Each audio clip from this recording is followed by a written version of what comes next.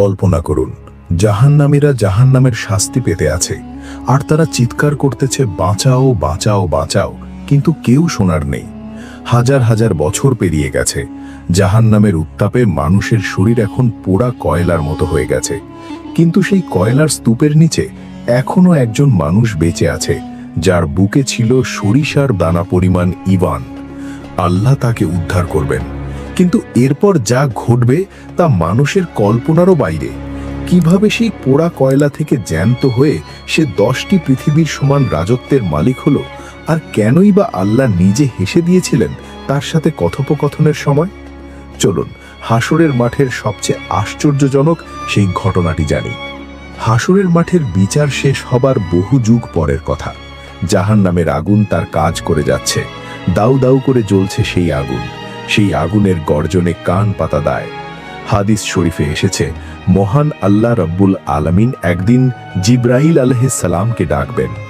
আল্লাহ বলবেন, হে জিব্রাইল, যাও জাহান্নামের অতল গহ্বরে যাও, সেখানে গিয়ে ভালো করে খুঁজে দেখো আমার এমন কোনো বান্দা এখনো বাকি আছে কিনা যার অন্তরে বিন্দু পরিমাণ ঈমান আছে, যে হয়তো জীবনে একবার হলেও আমাকে ভয় পেয়েছিল, অথবা একবার হলেও আমাকে ভালোবেসে সিজদা দিয়েছিল।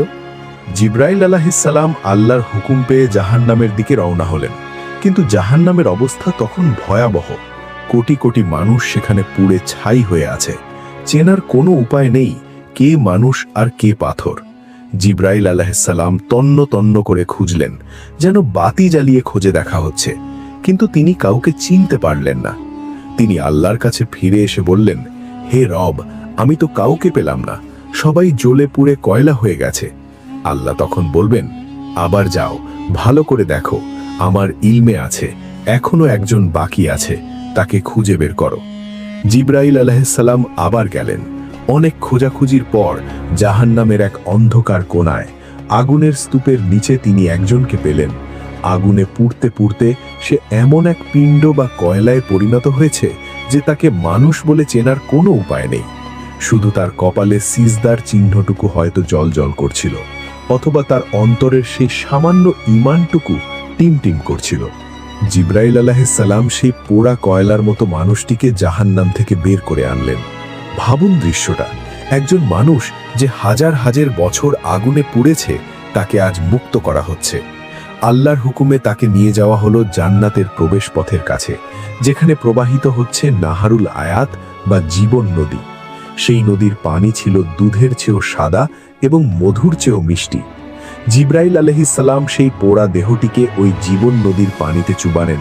সুবহানাল্লাহ! পানির স্পর্শ লাগতেই এক অলৌকিক ঘটনা ঘটল। যেমন বন্যার পর পলিমাটিতে দ্রুত ঘাস গজিয়ে ওঠে, ঠিক তেমনি লোকটির পোড়া শরীর থেকে কয়লাগুলো খসে পড়তে লাগলো। তার নতুন চামড়া গজালো, নতুন মাংস গজালো, তার চেহারা চাঁদের মতো সুন্দর হয়ে গেল। সে আবার এক সুস্থ সবল যুবক হিসেবে উঠে দাঁড়ালো। সে তার নিজের শরীরের দিকে তাকালো।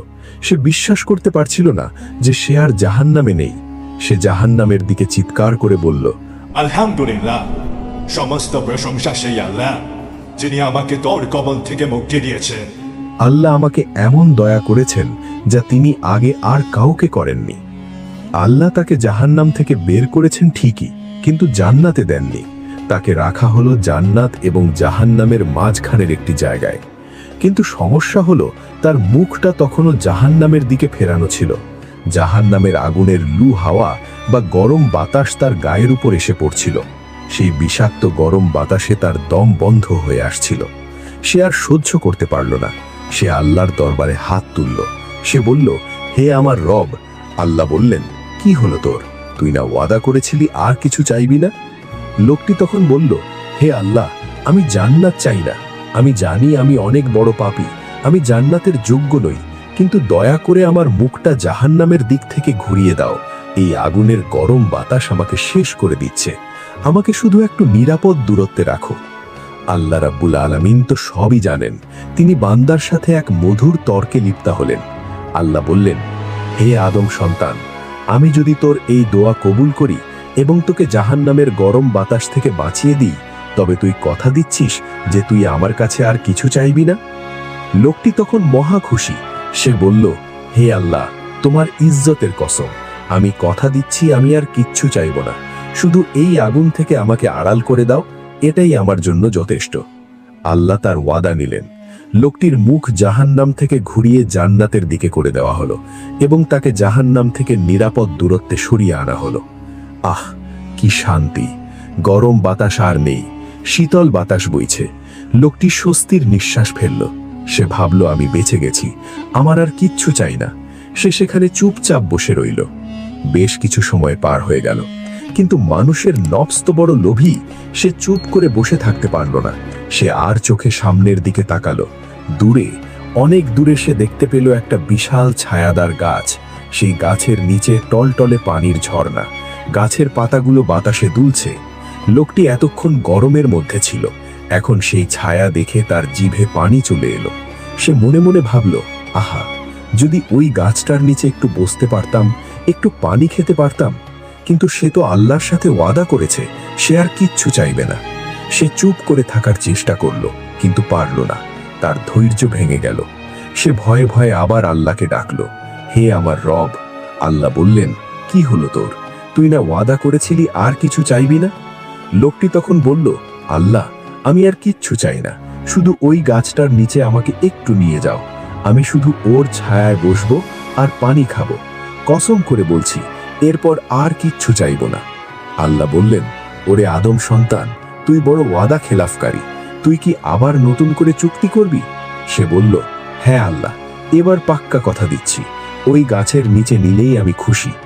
আল্লাহ জানতেন সে আবার চাইবে, তবুও আল্লাহ তাকে মায়া করলেন।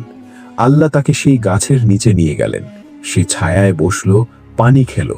তার মনে হলো সব সুখ সে পেয়ে গেছে। সে ভাবল, ব্যাস, আর কি লাগে? কিন্তু আল্লাহ তাকে পরীক্ষা করতেই থাকলেন। কিছুক্ষণ পর আল্লাহ তার চোখের সামনে আগের গাছটির চেয়েও অনেক বেশি সুন্দর, অনেক বেশি বড় এবং আকর্ষণীয় আরেকটি গাছ ফুটিয়ে তুললেন। সেই গাছটি ছিল জান্নাতের দরজার আরো একটু কাছে। লোকটি যখন দ্বিতীয় গাছটি দেখল, তার মন আবার চঞ্চল হয়ে উঠল। সে আগের ওয়াদার কথা ভুলে গেল। সে আবার আল্লাহর কাছে হাত পাতল। আল্লাহ আবার তাকে মনে করিয়ে দিলেন তার চুক্তির কথা।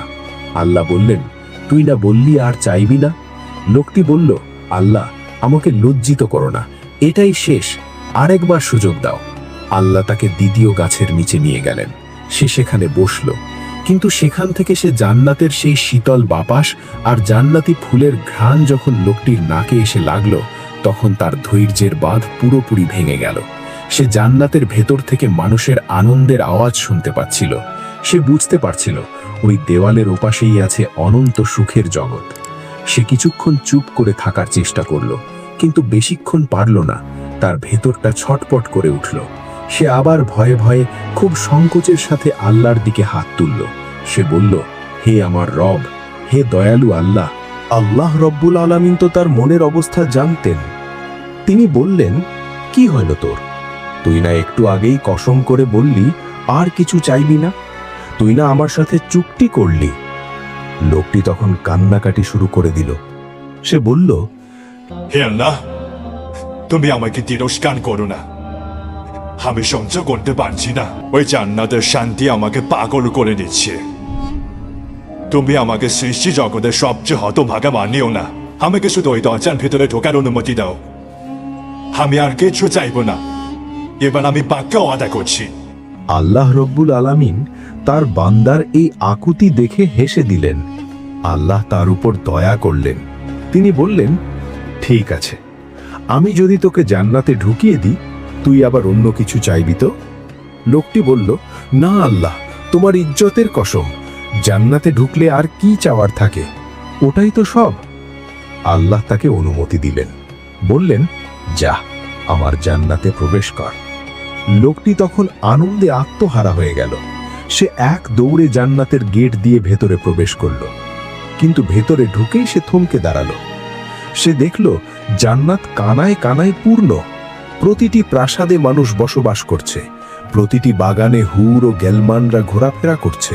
কোথাও তিল ধারণের জায়গা নেই বলে মনে হচ্ছে। সে ভাবল, হায় হায়, আমি তো সবার শেষে এসেছি। মনে হয় সব সিট বুকিং হয়ে গেছে, আমার জন্য তো কোনো জায়গা নেই। সে হতাশ হয়ে আবার আল্লাহর কাছে ফিরে এলো। সে বলল, হে আমার রব, তুমি আমাকে জান্নাতে পাঠালে, কিন্তু আমি গিয়ে দেখলাম জান্নাত তো লোকারণ্য, আমার থাকার মতো তো কোনো জায়গাই নেই। আল্লাহ বললেন, তুই কি ঠিক দেখেছিস? আমার জান্নাত কি এত ছোট? যা, আবার গিয়ে দেখ, তোর জন্য জায়গা আছে। লোকটি আবার গেল, কিন্তু আল্লাহর এক বিশেষ কুদরতের কারণে তার চোখে মনে হলো জান্নাত একদম ঠাসা। সে আবার ফিরে এলো। সে তৃতীয়বারও একই দৃশ্য দেখল। সে মন খারাপ করে আল্লাহর কাছে ফিরে এসে বলল, হে রব, জায়গা তো নেই। তখন আল্লাহ রব্বুল আলামিন এই সদ্য জাহান্নাম ফেরত সাধারণ মানুষটির সাথে এমন এক কথা বললেন, যা শুনে সে নিজের কানকে বিশ্বাস করতে পারল না। আল্লাহ তাকে জিজ্ঞেস করলেন, আচ্ছা, তুই কি দুনিয়ার বাদশাদের কথা জানিস?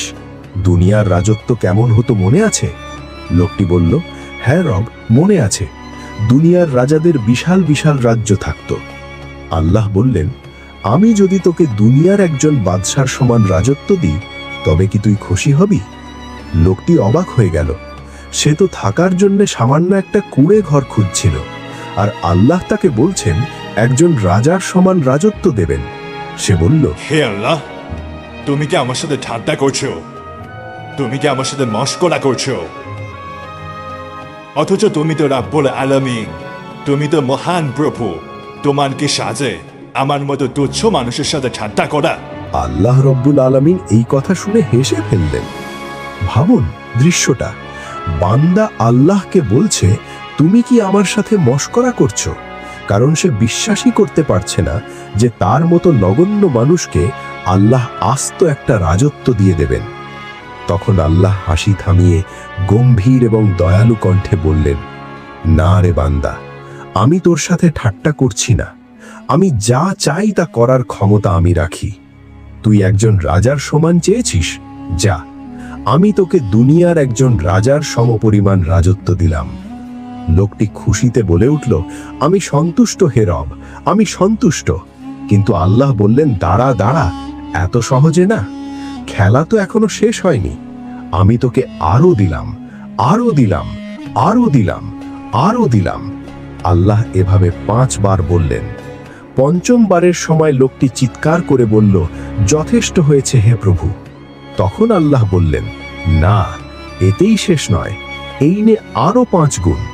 অর্থাৎ এই দুনিয়ার সবচাইতে বড় রাজার চেয়েও 10 গুণ বড় রাজত্ব আমি তোকে দান করলাম, এবং এর সাথে তোর মন যা চাইবে এবং তোর চোখ যা দেখে শান্তি পাবে, সেই সব কিছুই তোর জন্য হালাল করে দেওয়া হলো। আল্লাহ সেই ঘোষণা শোনার পর লোকটি খুশিতে পাগল হয়ে গেল। সে দৌড়ে তার সেই বিশাল রাজপ্রাসাদের দিকে ছুটে গেল। যেই মানুষটি একটু আগেও থাকার জন্য একটা গাছের ছায়া ভিক্ষা চাইছিল, আজ সে 10টি দুনিয়ার সমান বড় এক সাম্রাজ্যের মালিক। সে যখন তার প্রাসাদে প্রবেশ করল, তখন তার চোখ ধাঁধিয়ে গেল। প্রাসাদের দেওয়ালগুলো স্বর্ণ ও রৌপ্য দিয়ে তৈরি, মেঝের উপর বিছানো আছে মণি মুক্তা। সে দেখল হাজার হাজার খাদেম তার আদেশের অপেক্ষায় 2 পাশে সারিবদ্ধ হয়ে দাঁড়িয়ে আছে। তারা তাকে দেখে সালাম দিচ্ছে, আসসালামু আলাইকুম ইয়া ওয়ালিয়াল্লাহ। সে তার খাস কামরায় প্রবেশ করল। সেখানে তার জন্য অপেক্ষা করছিল জান্নাতি হুররা। হাদিসে এসেছে, তার 2 হুর দৌড়ে এসে তাকে জড়িয়ে ধরবে। তাদের সৌন্দর্য এতটাই উজ্জ্বল যে তাদের পরনের 70টি রেশমি কাপড়ের নিচ থেকেও তাদের পায়ের হাড়ের মজ্জা দেখা যাবে। তারা তাকে দেখে খুশিতে আত্মহারা হয়ে বলবে, আলহামদুলিল্লাহিল্লাযী আহইয়াকা লানা ওয়া আহইয়ানা লাকা। অর্থাৎ সমস্ত প্রশংসা আল্লাহ, যিনি আপনাকে জীবিত করেছেন এবং আমাদের আপনার জন্য সৃষ্টি করেছেন। সে তার স্ত্রীদের দিকে তাকাবে, তার বিশাল রাজত্বের দিকে তাকাবে, তার অঢেল সম্পদের দিকে তাকাবে।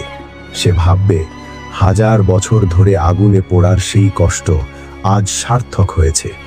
সে তখন খুশিতে চিৎকার করে বলবে, আল্লাহ কসম, আল্লাহ আমাকে যা দিয়েছেন সৃষ্টির শুরু থেকে শেষ পর্যন্ত, আজ পর্যন্ত আর কাউকেই আল্লাহ এত কিছু দেননি।